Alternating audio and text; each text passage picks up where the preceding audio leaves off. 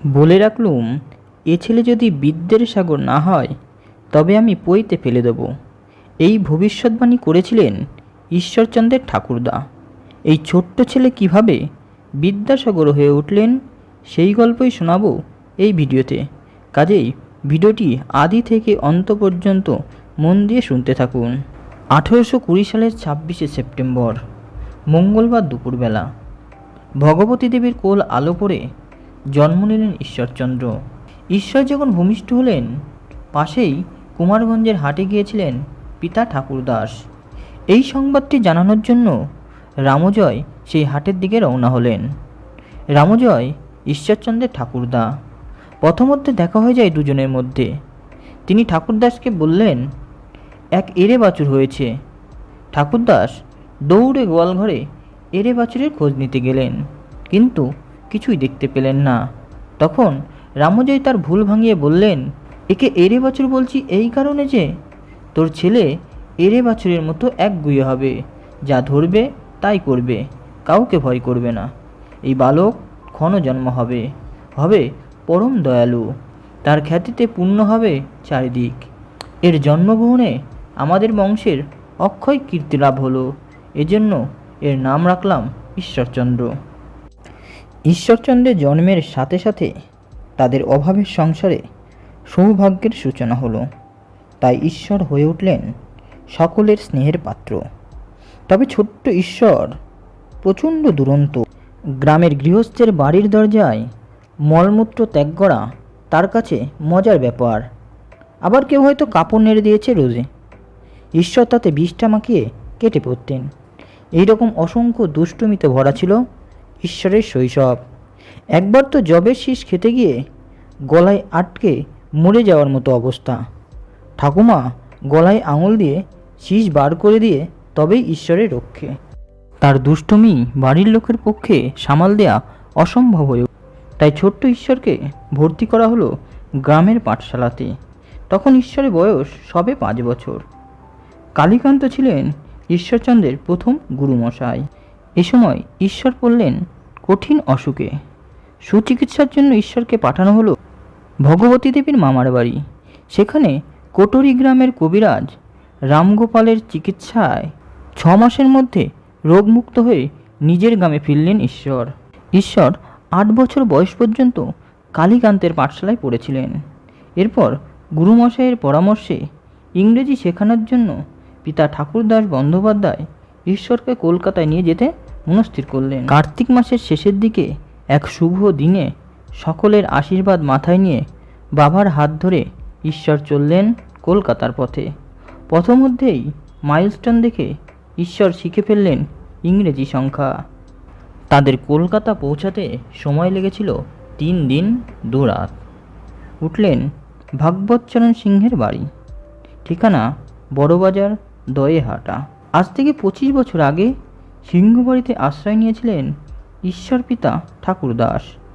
এখন বাড়ির কর্তা ভাগবতপুত্র জগৎদুর্লভ। রাত কেটে যখন সকাল হলো, সকালবেলায় ঠাকুরদাস জগৎদুর্লভবাবুর কিছু ইংরেজি হিসাবপত্র ঠিক করে দিচ্ছিলেন। পাশেই বসেছিলেন ছোট্ট ঈশ্বর এবং তিনি দেখছিলেন। ঈশ্বর বলে উঠলেন, আমিও ওই সকল হিসাব ঠিক করে দিতে পারি বাবা। করেও দিলেন। জগৎদুর্লভ তো অবাক, এমনই মেধাবী ছিলেন ঈশ্বর। সিংহবাড়ির নিচের তলায় ছোট্ট একটি ঘরে আশ্রয় পেলেন ঈশ্বর। ঘরে আলো বাতাসের বড্ড অভাব, তবে অভাব নেই স্নেহ ভালোবাসার। সিংহবাড়ির সকলেই তাকে স্নেহ করতেন।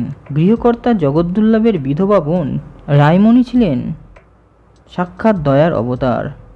রায়মণি ঈশ্বরকে তার ছেলে গোপালের মতোই ভালোবাসতেন। কলকাতায় আসার পর ঈশ্বরের শুরু হলো প্রকৃত শিক্ষা জীবন। সিংহবাড়ির কাছেই মল্লিকের সদর বাড়িতে স্বরূপ দাসের পাঠশালা। ঈশ্বরচন্দ্র সেখানেই ভর্তি হলেন। অঘ্রাণ পৌষ মাঘ মাত্র 3 মাসের মধ্যেই ঈশ্বর স্বরূপ দাস গুরুমশাইয়ের পাঠশালার সমস্ত পাঠ শেষ করলেন। সকলে তো অবাক।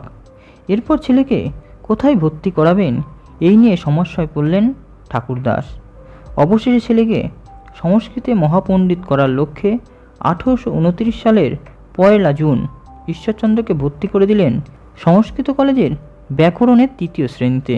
বড়বাজার থেকে পটলডাঙ্গার সংস্কৃত কলেজ প্রতিদিন হেঁটেই আসতেন ঈশ্বর। সঙ্গে যেতেন পিতা ঠাকুরদাস, এক ক্ষীণ দেহী খরবাকায় ছেলে, মস্ত ছাতা মাথায় দিয়ে কলেজে যেতেন। যে দৃশ্যটি বড়ই চমৎকার। রবীন্দ্রনাথের লেখায় ঈশ্বরের এই কলেজ যাওয়ার দৃশ্যটি চমৎকার এঁকেছেন। লোকে মনে করিত এক ছাতা চলিয়া যাইতেছে। এই দুর্জয় বালকের শরীরটি খর্ব, জীর্ণ, মাথাটা প্রকাণ্ড। স্কুলের ছেলেরা সেই জন্য তাহাকে যশুরে কই আর তার অপভ্রংশ কসুরে জই বলে খেপাতেন। তিনি তোতলা ছিলেন, রাগিয়া কথা বলিতে পারিতেন না। কলেজে ঈশ্বর যা শিখে আসতেন, বাসায় ফিরে প্রতিদিন তা বাবাকে মুখস্থ বলতে হতো। লেখাপড়ায় অমনোযোগী হলে ঠাকুরদাস ভীষণ শাস্তি দিতেন। এক প্রকার কঠোর শাসনের মধ্য দিয়ে ঠাকুরদাস ঈশ্বরকে গড়ে তুলতে লাগলেন। ঈশ্বরচন্দ্র অল্প দিনের মধ্যেই কলেজের সকলের প্রিয় হয়ে উঠলেন। ঈশ্বরের বয়স যখন 11 বছর, তখন ব্যাকরণের পাঠ শেষ করলেন। এই সময় তার উপনয়ন হয়। এবার তিনি সাহিত্য শ্রেণীতে ভর্তি হবেন। কিন্তু সাহিত্যের অধ্যাপক জয়গোপাল তর্কালঙ্কারের ঘোর আপত্তি। কেননা 11 বছর বয়সে সে সংস্কৃতে কি বুঝবে, এই ছিল আপত্তি। এতে ঈশ্বরের আত্মাভিমানে লাগলো। তাকে পরীক্ষা নেওয়া হলো। একে একে কুমার সম্ভব, ঋতু সংহার, রঘুবংশ থেকে শ্লোক মুখস্থ বলে ব্যাখ্যা করলেন। সাহিত্য শ্রেণীতে ভর্তিতে আর বাধা রইল না। এই সময় ঈশ্বরকে খুব কষ্টের মধ্য দিয়ে দিন যাপন করতে হয়েছিল। রান্না করা, বাজার করা, থালা বাসন ধোয়া, এঁটো পরিষ্কার ইত্যাদি কাজ ঈশ্বর একাই করতেন হাসি মুখে। ঈশ্বরচন্দ্রের অন্তর ছিল কাদার মতো নরম। এত দুঃখ কষ্টের মধ্যেও ঈশ্বর সুযোগ পেলেই অন্যের দুঃখ মোচনে এগিয়ে যেতেন। নিজের বৃত্তির টাকা দিয়ে সহযোগীদের যথেষ্ট সাহায্য করতেন। এইভাবে তিনি হয়ে উঠেছিলেন দয়ার সাগর। কাব্য ও ব্যাকরণে ঈশ্বরচন্দ্রের পাণ্ডিত্যের কথা জেলায় জেলায় ছড়িয়ে পড়ল। মুখে মুখে ঈশ্বর সংস্কৃত শ্লোক বানাতে পারেন, সংস্কৃতে অনর্গল কথা বলতে পারেন। চারিদিকে ধন্য ধন্য পড়ে গেল। অনেক পিতামাতা বিয়ের প্রস্তাব নিয়ে ঠাকুরদাসের কাছে আসতে শুরু করলেন। এদিকে ঠাকুরদাসও ছেলের বিয়ের জন্য রাজি হলেন। বিয়েতে ঈশ্বরের অনিচ্ছা থাকলেও বাবার কষ্টের কথা ভেবে তিনি রাজি হয়ে গেলেন। ক্ষীরপাই গ্রামের সম্পূর্ণ গৃহস্থ শত্রুঘ্ন ভট্টাচার্যের কন্যা দীনময়ীর সাথে ঈশ্বরচন্দ্রের বিবাহ সম্পূর্ণ হয়। তখন ঈশ্বরের বয়স মাত্র 14 বছর, পাত্রীর বয়স মাত্র 8। বিয়ের পর আবার পাঠে মনোনিবেশ করলেন ঈশ্বর। ভর্তি হলেন অলঙ্কার শ্রেণীতে। বাৎসরিক পরীক্ষায় প্রথম হলেন। কৃতিত্বের সঙ্গে অলঙ্কার শাস্ত্রে পাশ করলেন। ভর্তি হলেন স্মৃতিশাস্ত্রে। এটি ছিল ভীষণ কঠিন সাবজেক্ট। তা সত্ত্বেও মাত্র 6 মাসের মধ্যে এই কঠিন পরীক্ষায় উত্তীর্ণ হলেন ঈশ্বর। এর কিছুদিনের মধ্যেই ল কমিটির পরীক্ষায় উত্তীর্ণ হলেন ঈশ্বর। 6 মাসের মধ্যে দুটো কঠিন পরীক্ষায় পাশ করে ঈশ্বরচন্দ্র ইতিহাস সৃষ্টি করলেন। 19 বছর বয়সে ঈশ্বরচন্দ্র ভর্তি হলেন বেদান্ত শ্রেণীতে। বাৎসরিক পরীক্ষার সময় সংস্কৃতে পদ্য ও প্রবন্ধ লিখে উভয় বিষয়েই প্রথম হয়ে পেলেন 200 টাকা পুরস্কার, যার পুরো টাকাই বাবার হাতে তুলে দিয়েছিলেন ঈশ্বরচন্দ্র। বেদান্তের পর ন্যায় দর্শন শ্রেণীতে পড়তে শুরু করলেন ঈশ্বর। এই সময় ব্যাকরণের 2য় শ্রেণীতে 2 মাসের জন্য অধ্যাপকের পদ ফাঁকা হয়। তখন ছাত্র ঈশ্বরচন্দ্রকে ওই পদে নিযুক্ত করা হয়। নিযুক্ত করেন অধ্যাপক মার্শাল সাহেব। 2 মাসের বেতন 80 টাকা দিয়ে বাবাকে পাঠালেন তীর্থে। ন্যায় দর্শনের 2য় বছরের পরীক্ষায় ঈশ্বর প্রথম হয়ে 100 টাকা, সংস্কৃতে শ্রেষ্ঠ কবিতা রচনার জন্য 100 টাকা সহ নানা বিষয়ে পুরস্কার স্বরূপ 233 টাকা পেয়েছিলেন। এই টাকা দিয়ে ঠাকুরদাস কিছু পরিমাণ ঋণ মুক্ত হয়েছিলেন। দর্শনের শেষ পরীক্ষা স্বরদর্শন। এই স্বরদর্শনেও ঈশ্বর সসম্মানে উত্তীর্ণ হলেন। মাত্র 20 বছর বয়সে ঈশ্বরের বিস্ময়কর প্রতিভাদীপ্ত ছাত্রজীবন শেষ হলো। ব্যাকরণ, সাহিত্য, অলঙ্কার, ন্যায়শাস্ত্র, দর্শন, বেদান্ত সব বিষয়ে ঈশ্বর এখন বিশারদ। অধ্যাপক বৃন্দের অধ্যাপনা সার্থক।